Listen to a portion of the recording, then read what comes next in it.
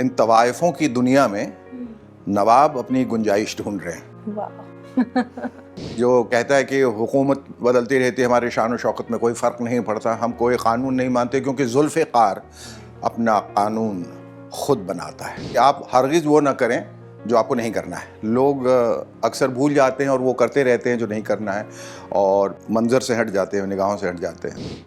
उन्होंने कहा कि आप एक बेबी थे जब मेरे साथ आए थे कामेडी, वो जस्ट बेबी, आप बच्चे थे और अब आपका बच्चा इतना बड़ा हो गया है। ये कब हुआ?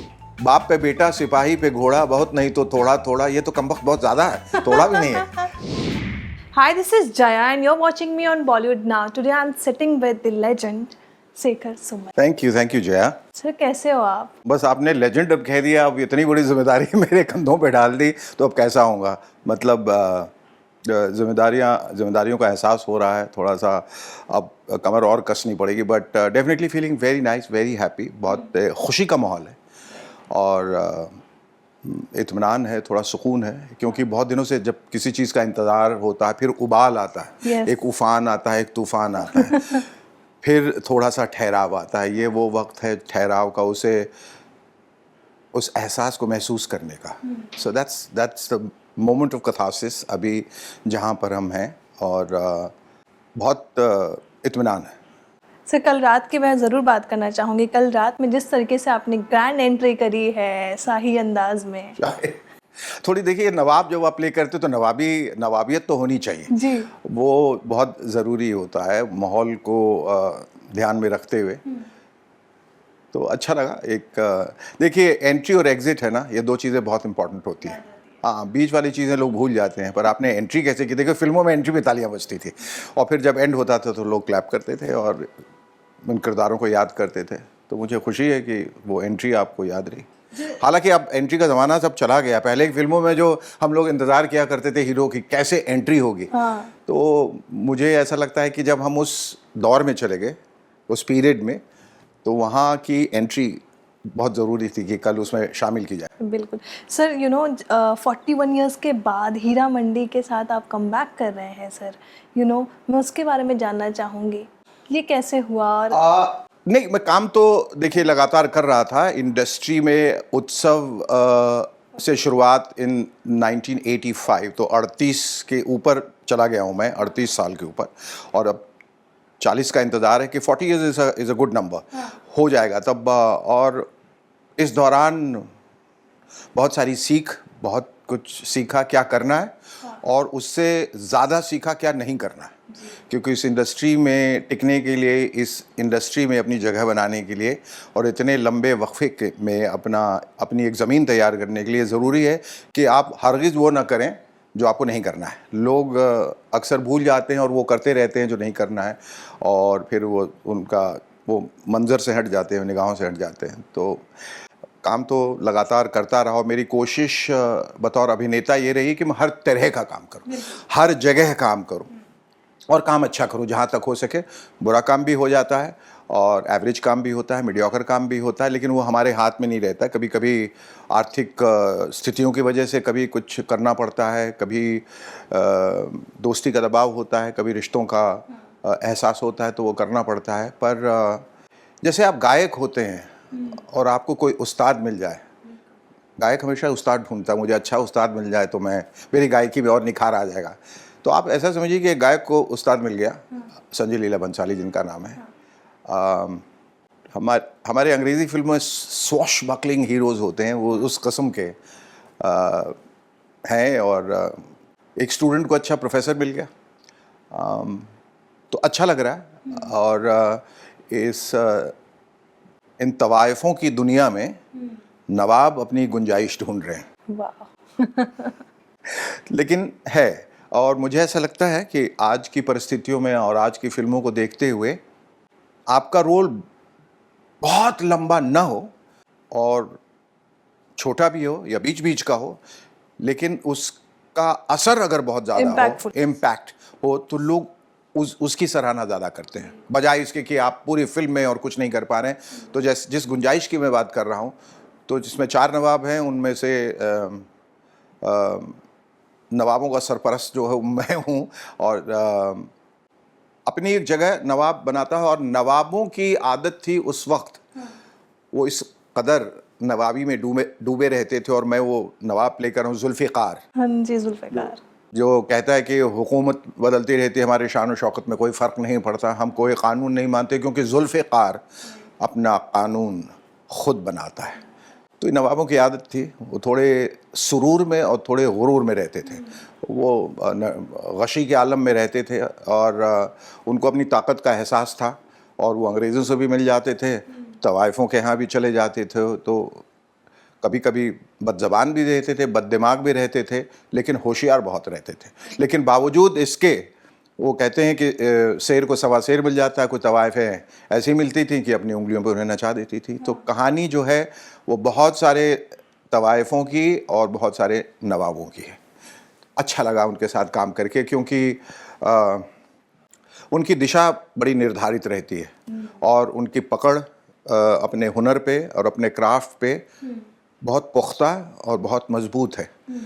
तो जब आप सेट पे होते हैं तो इस बात का बड़ा एक ज़बरदस्त एक सुकून रहता है, इत्मीनान रहता है, और कि हम जहाँ आए हैं, आप अगर पूरी तरह से अपने आप को सरेंडर कर लें और समझें कि आप जिनके साथ हैं वो हर मायने से और हर नज़रिए से एक मुकम्मल निर्देशक हैं, जिनको न सिर्फ कैरेक्टर डेवलपमेंट, कैरेक्टराइजेशन, किरदारों की पकड़, सिनेमा, स्क्रीन प्ले, बल्कि set, costume, makeup, hair, background, वेशभूषा, जो आप कह लें, लाइटिंग, सिनेमाटोग्राफी, और किस तरह से पोस्टर्स निकलेंगे, किस तरह से ये जनता के सामने बाहर आएगा, ये वहाँ से लेके पूरी जर्नी उनके दिमाग में, उनके तसव्वुर में पहले से रहती है।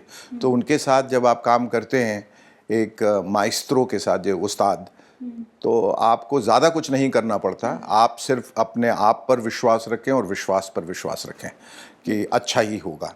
तो काम करके बहुत अच्छा लगा। उस समय में जब आप काम करते थे और आज जब आप काम कर रहे हैं, तो कोई डिफरेंस देखते हो आप? काम में बहुत डिफरेंस एक ज़बरदस्त आया है, वो डिसिप्लिन के मामले में। सबसे बड़ा काम तो काम होता है, उस दौर में भी अच्छा काम होता था, उस काम में भी बहुत बेहतरीन कलाकार, इस दौर में भी बहुत अच्छे अच्छे फनकार हैं, बहुत अच्छे कलाकार हैं। एक चीज़ की कमी थी ऑर्गेनाइजेशन की, वो एक तरह की कमी थी कि चीज़ें कुछ बिखरी हुई थी। वो यूं कि सिनेमा में काम करते वक्त अक्सर कोई स्क्रिप्ट आपको नहीं दी जाती थी, सीन्स उसी वक्त लिखे जाते थे, गिरे हुए कागज़ के टुकड़ों पे उठा के डायलॉग लिख के आपको दे दिया जाता था, या ये कहा जाता था कि कुछ बोल लें, हम ठीक कर लेंगे, डबिंग भी ठीक कर लेंगे, उसको कुछ बना लेंगे। कभी कभी ऐसा कन्फ्यूजन होता था। मैं बहुत अच्छे सुलझे हुए निर्देशकों की नहीं बात कर रहा, लेकिन अमूमन जब हम इस तरह की फिल्मों में काम करते थे तो बहुत जगह, उत्सव मेरी पहली फिल्म थी, और उसके बाद अब ये, जहाँ हर कुछ निर्धारित था, उसके बाद चीज़ें जो हैं वो बिखर जाती हैं, थोड़ी डिसऑर्गेनाइज रहती हैं। और वक्त का ख्याल पुराने एक्टर्स में से ज़्यादातर, हालांकि with due respect to them, और बहुत कमाल के एक्टर्स, और शायद लेट आते थे तो उसकी भरपाई भी तुरंत कर देते थे, क्योंकि वो इतने मंझे हुए कलाकार होते थे। लेकिन देर से आने से प्रोड्यूसर्स का बहुत नुकसान होता है, निर्माताओं का। वो डिसिप्लिन अब आ गई, हर चीज़ अब कॉन्ट्रैक्ट में, स्क्रिप्ट बाउंड स्क्रिप्ट मिलेगी, कब क्या शेड्यूलिंग वगैरह सब कुछ आपको पहले से मिलता है। और ओवर द इयर्स पैशन, अगर आप में वो जुनून है काम करने का, तो वो पैशन जो है वो बढ़ता चला जाता है। तो दौर तो दौर ही होता है, वो भी एक दौर था और ये भी एक दौर है। हर दौर की अपनी एक खामी रहती है या खामियां रहती हैं, और कुछ चीज़ें जो होती हैं बड़ी अच्छी होती हैं। तो इस दौर में भी बड़ी अच्छी चीज़ें, कुछ खामियां ये भी हैं कि इस दौर में जो बहुत सारे जो युवा कलाकार हैं वो बहुत जल्दी स्टारडम चाहते हैं, बहुत जल्दी फेम चाहते हैं। ओवरनाइट मुझे सब कुछ मिल जाए, मैं हर जगह दिख जाऊं, हर जगह प्रशंसा की जाए। रील बन रहे हैं, इंस्टा पे हैं, ट्विटर पे हैं, दिख के परेशान है, और लोग देख के परेशान हैं। एयरपोर्ट से निकल रहे हैं, जा रहे हैं, घर से निकल रहे हैं, जिम से निकल रहे हैं, हर जगह। और हर जगह वो ऐसे चौंकते हैं कि जैसे उन्हें पता नहीं कि पहले से लोग हैं, हालांकि लोग उन्हीं के बिठाए रहते हैं। हाँ, तो वो इस वजह से, क्योंकि उनको ऐसा लगता है कि, और ये एक अजीबोगरीब जो वाक्य दोहराते रहते हैं कि जो दिखता है वो बिकता है। दिलीप साहब तो 3 साल में एक बार दिखते थे और वो सबसे ज़्यादा बिके। राइट। आमिर खान सबसे कम दिखते हैं और सबसे बेहतरीन कलाकारों में से हैं। तो ऐसा कुछ नहीं है जो दिखता है वो बिकता है। मेरे ख्याल से जो बिकता है वो कम दिखता है। Correct correct. सर क्योंकि आपने उत्सव की बात की और मैं आपसे उत्सव के बारे में बात करना चाहूंगी। कल आप और रेखा मैम दोनों ही एक जगह पे थे, एक जगह पे एक साथ, और देखिए 3 वक्त साल कैसे निकल गया। बाद। हाँ यस, वो मंजर तो मैं भूल नहीं सकता। वो पहला दिन जब मैं रेखा जी के साथ शूट कर रहा था, और वो दिन जब कल हीरा मंडी का उत्सव था। हाँ जी। और वो वक्त मुझे याद है, और आज भी यकीन नहीं होता है कि उत्सव में मैंने एक्चुअली एक नायक की भूमिका निभाई जिसमें मेरी नायिका रेखा थी। और क्योंकि वो बहुत बड़ी अभिनेत्री उस वक्त, और उनके पास कोई ऐसी वजह नहीं थी कि वो एक नए सितारे के साथ काम करे। एक न्यू कमर के साथ एक बड़ी एक्ट्रेस क्यों काम करेगी? राइट। क्या वजह क्या है? उसे भी तो एक बड़ा सहारा चाहिए होता है, एक बड़ा हीरो चाहिए होता है। तो उन्होंने उसके लिए हामी भरी। उन्होंने कहा कि नहीं, मैं शेखर के साथ काम करूंगी। शशि कपूर जी का मैं बहुत आभारी हूँ, और गिरीश कर्नाड जी का, जिन्होंने मुझे वो रोल दिया। और उसकी वजह से मैं आज यहाँ हूँ। इन 3 लोगों की वजह से मैं इस फिल्म इंडस्ट्री में हूँ। तो मैं उनका आभार एक बार फिर से हर रोज़ प्रकट करता हूँ। आज एक बार फिर से आभार प्रकट करना चाहूँगा। तो बहुत खुशी हुई रेखा जी से मिलके कल इतने दिनों के बाद। और उन्होंने कहा कि आप एक बेबी थे जब मेरे साथ आए थे काम, वो जस्ट ए बेबी, आप बच्चे थे, और अब आपका बच्चा इतना बड़ा हो गया है। ये कब हुआ, कैसे हुआ? इतना बढ़िया काम उन्होंने किया अध्ययन के लिए, और अध्ययन ने उनके पाँव छुए, उनका आशीर्वाद दिया, तो अच्छा लगा, बहुत बढ़िया। क्योंकि आप अध्ययन की बात करिए तो अध्ययन भी है आपके साथ जी। तो वो कितना प्यारा लगा कि आपने स्टार्ट किया था, आज साथ में आज साथ में काम कर रहा है। देखिए बाप पे बेटा, सिपाही पे घोड़ा, बहुत नहीं तो थोड़ा थोड़ा। ये तो कमबख्त बहुत ज्यादा है, थोड़ा भी नहीं है, समझे? हाँ। जितना छोड़ा था उससे तो काफी बढ़ गया। और मेरे लिए खामखा मैंने कंपटीशन पैदा कर लिया। पर हाँ, हम जब घर से जब निकलते हैं तो बाप बेटे रहते हैं, और वहाँ पहुँच के ही सेट पे कंपेटिटर्स हो जाते हैं। काम तो हमें बेहतर करना है, चाहे बेटा हो सामने या कोई और हो। लेकिन ये खैर मजाक की बात है। मेरी बहुत दुगनी खुशी का एहसास हुआ कि अध्ययन भी हमारे साथ काम कर रहे हैं, और हम दोनों भंसाली साहब के साथ काम कर रहे हैं। इससे बेहतर और क्या हो सकता है कि बाप और बेटे 2 मुख्तलिफ किरदार अदा कर रहे हैं। तो बहुत खुशी हुई। सर आपको लगता है अभी के टाइम पे अपॉर्चुनिटी भी कम है थोड़ा पहले से ज़्यादा? नहीं, ऑन दी अदर हैंड मुझे लगता है अपॉर्चुनिटीज़ तो अब बहुत हैं। हाँ। अब आपको फिल्मों में नहीं तो टेलीविज़न पे नहीं तो OTT पे, हालांकि टेलीविज़न अब कम होता जा रहा है, OTT बहुत बढ़ गया है, और तमाम OTT प्लेटफॉर्म्स में हर दिन कुछ ना कुछ नया आ रहा है, और उसमें ऑन सॉन्ग कास्ट होता है, उसमें इतने सारे कलाकार रहते हैं, उनको काम करने की एक वजह मिल जाती है, काम करने का मौका मिल जाता है। पहले फिल्में बहुत कम बनती थी, तो उसमें कितने कलाकारों को शामिल किया जाता, बहुत कम, और जो काम करते थे वो फिल्में 3 साल में बनती थी, कभी 5 साल में बनती थी, तो वो सब बेचारे बहुत मायूस हो जाते थे। तो अपॉर्चुनिटीज़ तो अब बहुत हैं। मुझे लगता है कहीं कुछ ना हो तो सोशल मीडिया पे जाके आदमी जो है अपना वजूद जो है वो तलाश लेता है, अपना स्टारडम ढूंढ लेता है। तो अब इन्फ्लुएंसर्स हो गए हैं, या रील जो बना रहे हैं, या अपना खुद पॉडकास्ट कर रहे हैं। तो ये लोग अपनी अपनी जगह मेरे ख्याल से बहुत बढ़िया काम कर रहे हैं। सर बट इन्फ्लुएंसर्स ने टेक ओवर कर लिया है, क्या वो एक्टर्स की जगह ले पाएंगे? लेकिन ले पाएंगे अगर मेहनत करें और वो बनना चाहें अभिनय, तो हो सकता है वो जो काम कर रहे हैं उसमें ही खुश हैं और उनको एक्टर बनने की ज़रूरत नहीं। लेकिन अगर है तो एक वाकफियत जो है अपने दर्शकों से पहले ही हो गई है। बिल्कुल है ना, तो वो चूँकि एक राब्ता, एक रिश्ता बन जाता है, तो उनके लिए शायद जब वो अभिनेता बनेंगे तो लोग चूँकि उनको पहले से पहचानते हैं, तो उनकी एक्सेप्टेंस अच्छी तरह से होनी चाहिए। बिल्कुल सर, मैं जब आपकी बात करती हूँ तो आपने इस इंडस्ट्री में अपनी नीच बनाई है खुद से, सब कुछ करके। जब आप बिहार से आए थे यहाँ पे, और आज जब आप अपने आप को देखते हो और अपने बेटे को देखते हो या पूरे परिवार को देखते हो कि हाँ मैंने कुछ तो किया है, वो कैसा फीलिंग होता है सर? बहुत अच्छा। मैं बेटे की तरफ देख कहता हूँ, बच्चों तुम्हें तो सब कुछ आसानी से तो नहीं मिला, लेकिन ये है कि उसको पहले से एक ज़मीन मिल गई थी। राइट। मेरे पास तो कुछ भी नहीं था, पर ये उसकी खुशकिस्मती है और ये मेरी बदकिस्मती थी। बदकिस्मती भी ना कहूँ, मैं कहता हूँ कि मैं भी सौभाग्यशाली था, क्योंकि अ, मैंने मेहनत से कभी परहेज़ नहीं किया। तो मैं आकर लेकिन ईश्वर ऊपर एक है, उसने मुझे ज़्यादा मेहनत नहीं करनी थी शुरू में। शुरुआती दौर में उत्सव मुझे आने के 15 दिनों के अंदर ही मिल गई थी, इतनी बड़ी फ़िल्म। और उसके बाद संघर्ष का दौर शुरू हुआ, क्योंकि फिर आपको जो ज़मीन आपने तैयार की है उस पे खड़े रहना है और टिकना है। तो बड़ी जद्दोजहद, बहुत मेहनत और बहुत ज़्यादा मेहनत और लगन के साथ मैंने काम किया, और ईश्वर ने मेरे लिए कई रास्ते खोले। तो बहुत सारी चीज़ें जो मैं करना चाहता था मैं कर पाया। तो पीछे मुड़ के देखता हूँ तो बड़ा खुशनुमा सफ़र रहा, बहुत खूबसूरत सफ़र रहा है। और अध्ययन के लिए भी एक संघर्ष का दौर रहा है। उनकी शुरुआत हाले दिल फिल्म और राज से शुरू हुई महेश भट्ट की, फिर उन्होंने जश्न किया, हार्टलिस्ट किया, और बीच में 3-4 फिल्में की। लेकिन जो मकाम उनको हासिल होना चाहिए था उस वक्त, वो उसकी शुरुआत अब हुई है, अब हुई। तो देर से ही सबेर तो होगा ही, और उसके घर देर है पर अंधेर नहीं, ऐसा कहते हैं ना। और आप हमेशा कहते हैं जो आपका है वो आपको मिलेगा, आपको मिलेगा, आपके बिल्कुल समय पे। बिल्कुल, उसका समय निर्धारित है।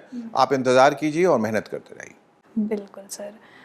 सर अगर मैं आपसे बात करूं इस चीज़ पे कि अभी जिस तरीके का किरदार अध्ययन कर रहे हैं, या क्या उनको उस तरीके का किरदार मिल रहा है जो वो करना चाहते थे हमेशा, या आप उनकी हेल्प कर रहे हो अभी भी? क्योंकि कहते हैं ना कि आपका कोई है अगर इस इंडस्ट्री में तो आपको आसानी से काम मिलता है। नहीं, ऐसा कुछ नहीं है, ऐसा कुछ नहीं है। मैं ज़्यादा से ज़्यादा उनका जीपीएस बन सकता हूँ। उनको बता सकता हूँ कि आगे से लेफ़्ट ले लीजिए, राइट ले लीजिए, आगे चलिए। पर डेस्टिनेशन पे के लिए गाड़ी उनको ही चलानी है, मेहनत उनको ही करनी है। या चल के जाएं, या बस में जाएं, या गाड़ी में जाएं, तो रोड मैप मैं उनको बता सकता हूँ आप क्या कर रहे हैं, सही है नहीं है। पर जब तक आप अपने पैरों पे नहीं खड़े होंगे, जब तक आप खुद मेहनत नहीं करेंगे, तब तक आपको वो ऑडियंस एक्सेप्टेंस नहीं मिलेगी। इसीलिए चाहे आप बड़े अमीर घराने से हों, अमीरज़ादे हों, स्टार किड, उसका कोई मायने नहीं। हाँ, शुरुआत आपको शायद एक अच्छी मिल सकती है, लेकिन मैं कोशिश करता हूँ कि कहीं दखल न दूँ, और वो जिस तरह से हैं और जैसे हैं वो अपनी सतह ढूंढ लेंगे। और कभी कभी ऐसा होता है कि बचपन में भी ऐसा होता था, बच्चों को ना स्विमिंग पूल में फेंक दिया जाता था, छोटे बच्चों को, वो खुद ही तैर के बाहर आ जाते थे। और उनको अगर हाथ लेके और उनको सिखाते रहे ना, तो बरसों वैसे ही तैरते रहते थे। हाथ का उनको सपोर्ट चाहिए, अगर छोड़ दें तो आदमी जो है हाथ पाँव मार के बाहर निकल आता है। तो अभी तो वो उस मकाम पे हैं जहाँ वो खुद हाथ पाँव मार रहे हैं, और बाहर आ जाएंगे, और आ रहे हैं, आ चुके हैं, और उनको मन मुताबिक रोल अब मिलना शुरू हुआ है, मिलेगा, अच्छा होगा, जो भी होगा अच्छा होगा। और मैं चाहता हूँ सबका भला हो। इंडस्ट्री में इतने सारे एक्टर्स हैं, सब बड़ी मेहनत से काम करते हैं, और किसी को पहले, किसी को थोड़ी देर से, लेकिन मकाम तो सबको मिलता है। बिल्कुल सर। आज इतने साल बाद मैं आपसे पूछना चाहूँगी, आप अपने लाइफ में कौन से ऐसे फिल्म या कौन से ऐसे रोल को कहते हो कि वो मेरा टर्निंग पॉइंट? वही उत्सव, मेरी पहली फिल्म, उससे बड़ा टर्निंग पॉइंट क्या हो सकता है? वो माइलस्टोन है। हाँ। और मैं हमेशा और कई इंटरव्यूज में कहता रहा हूँ कि हमारी पूरी ज़िंदगी, भले ही हम ऐसा देखते हैं कि हमारी ज़िंदगी मैक्सिमम आप कह लें तो 100 साल की है, ये मान लें, उस 100 साल अगर आप जिंदा रहें, हाँ। तो भी, और 100 साल काम करते रहें, तो भी मील का पत्थर 3-4 ही होगा आपकी तमाम ज़िंदगी में। तो मेरी ज़िंदगी में कुछ मील के पत्थर हैं, तो उसमें उत्सव मेरी पहली फिल्म टर्निंग पॉइंट, माइलस्टोन है, क्योंकि इतने बड़े और इतने सक्षम, इतने खूबसूरत लोगों के साथ काम करने का मौका, इतने खूबसूरत गाने, मन क्यों बहका रे, सांझ ढले वगैरह सारी यादें हैं। और इतने बड़े निर्देशक, इतने बड़े प्रोड्यूसर शशि कपूर जी, इंटरनेशनल वर्जन में बनी फिल्म बड़ी ज़बरदस्त लोगों ने पसंद की, और आज भी उसको याद करते हैं। तो वो एक टर्निंग पॉइंट थी ज़बरदस्त। कुछ फिल्में बहुत चली मेरी, नाचे मयूरी थी, अनुभव थी, संसार थी। संसार में भी रेखा जी थी, वो मेरे साथ नहीं थी, वो हाँ मेरा अलग रोल था उसमें।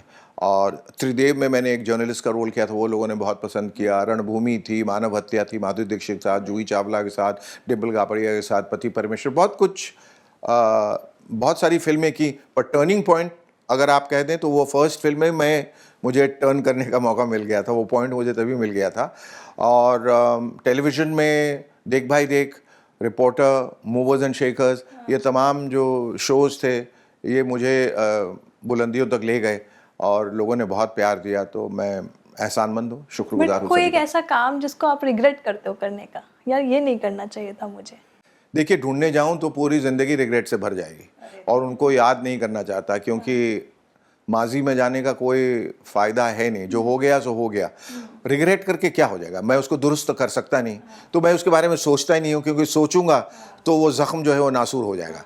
बहुत सारी गलतियाँ की, बहुत गलतियाँ की, लेकिन वो है ना कि ज़िंदगी जो है, अगर ऐसा होता वैसा होता, कभी कभी मेरे दिल में ख्याल आता है कि ज़िंदगी तेरी जुल्फ़ों की नरम छाँव में गुज़रने पाती तो शादाब हो भी सकती थी, अगर अगर नहीं होता, अगर मगर कुछ नहीं होता। जो है इस पल है, और जो आगे आने वाला जो मुस्तकबिल है, फ्यूचर है, उसके बारे में तो हमें ज़रा भी कुछ भी नहीं मालूम, और उससे हम बिल्कुल अनजान हैं। तो हमें बस इस पल में जीना। आप या जो इस वक्त हमसे बात कर रही हैं, मुस्कुरा रही हैं, बस मेरे लिए वही सच है।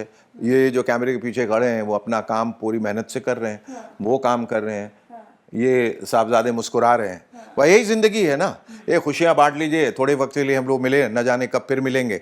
और आपका शुक्रगुजार हूँ कि आपके ज़रिए मैं इतने तमाम लोगों तक पहुँच पा रहा हूँ, उनसे बात कर पा रहा हूँ, उनको देख पा रहा हूँ, और उम्मीद करता हूँ कि आगे भी मुझे वो इतने ही प्यार से नवाजेंगे, इतनी ही हौसला अफजाई करेंगे, ताकि जिस ख्वाब को लेके मैं आगे बढ़ा हूँ वो कम से कम आधे रास्ते तक तो पहुँच जाऊँ।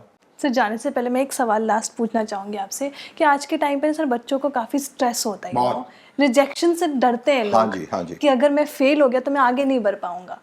मैं उन आपसे जानना चाहूँगी उनके लिए क्या कहना चाहेंगे? देखिए, फेलियर इज़ अ लेसन, और फेलियर नाम की कोई चीज़ नहीं है। मतलब आपने शायद मेहनत नहीं की, पर आप में हुनर बहुत ज़्यादा है। आप बहुत पढ़ेंगे और मेहनत करेंगे तो आप बहुत आगे बढ़ जाएंगे। कहीं ना कहीं आप में वो खामी रह गई, तो उस खामी को सुधार लीजिए। उसमें बहुत बच्चे जो हैं वो सुसाइडल हो जाते हैं, दे कमिट सुसाइड, वो ये ख़ुदकुशी कर लेते हैं, या निराश हो जाते हैं, या डिप्रेशन में चले जाते हैं। बिल्कुल कोई ज़रूरत नहीं है। जान है तो जहान है, और ज़िंदगी महान है, और ज़िंदगी से बड़ी कोई चीज़ नहीं है। इतनी भगवान की और ईश्वर की और खुदा की दी हुई सबसे बड़ी नेमत है ये। इसको हमें संभाल के रखना है और दूसरों के लिए हमें मिसाल बनना है। बिल्कुल। तो बच्चे घबराएं बिल्कुल नहीं। ये जो नौजवान पीढ़ी है बहुत जल्दी में है भाई, आप लोग ज़रा ठहर जाएं, ज़रा ज़िंदगी को महसूस करें, कुछ पुरानी चीज़ों से भी सीखें। और इनकी आदत होता है वो आप लोगों के वक्त में वो पुरानी चीज़ें वो सब अब नहीं होती, लेकिन उसमें कुछ अच्छी चीज़ें भी थी, उनको ले आएँ। और हर वो चीज़ जो आज हो रही है ज़रूरी नहीं कि वो बहुत अच्छी हो। तो जो अच्छी नहीं है चीज़ें, जैसे बहुत ज़्यादा लोग ड्रग्स में घुस रहे हैं, सिगरेट बहुत पी रहे हैं, शराब बहुत पी रहे हैं, पार्टीज़ बहुत ज़्यादा, सब करें अगर करना भी तो है, लेकिन बिल्कुल सीमा में रह के। सिगरेट वगैरह तो बिल्कुल ना पिए, इसकी तो कोई सीमा नहीं है। और ड्रग्स से बिल्कुल परहेज़ करें। आप पार्टीज़ वार्टीज़ जाना एंजॉय करें, this is life and you have to enjoy your life, लेकिन निराश नहीं हो आप। Just keep fighting, be a fighter, never say die. वाह, very good, sir. Thank you so much. Thank you so much for joining with me, sir. Thank you. It was such a great talking to you. Thank you, Jaya. Always. It was lovely talking to you. Yes, it was, it was a fangirl moment. Thank you so much. Thank you so much for joining with me. हाय, मैं हूँ शेखर सुमन और आप मुझे देख रहे हैं इस वक्त बॉलीवुड नाउ पे।